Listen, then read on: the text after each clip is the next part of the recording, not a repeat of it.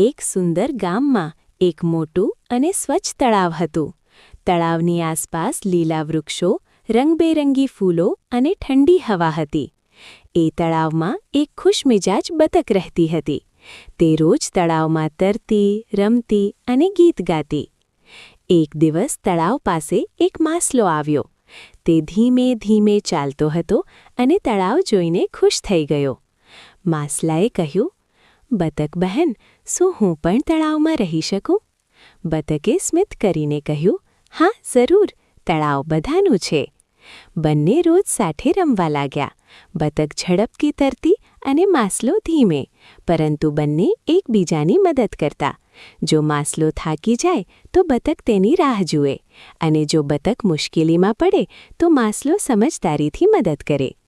એક દિવસ વરસાદ આવ્યો અને તળાવનું પાણી વધ્યું. બતક ડરી ગઈ. ત્યારે માસલાએ કહ્યું, "ડર નહીં, હું અહીં છું."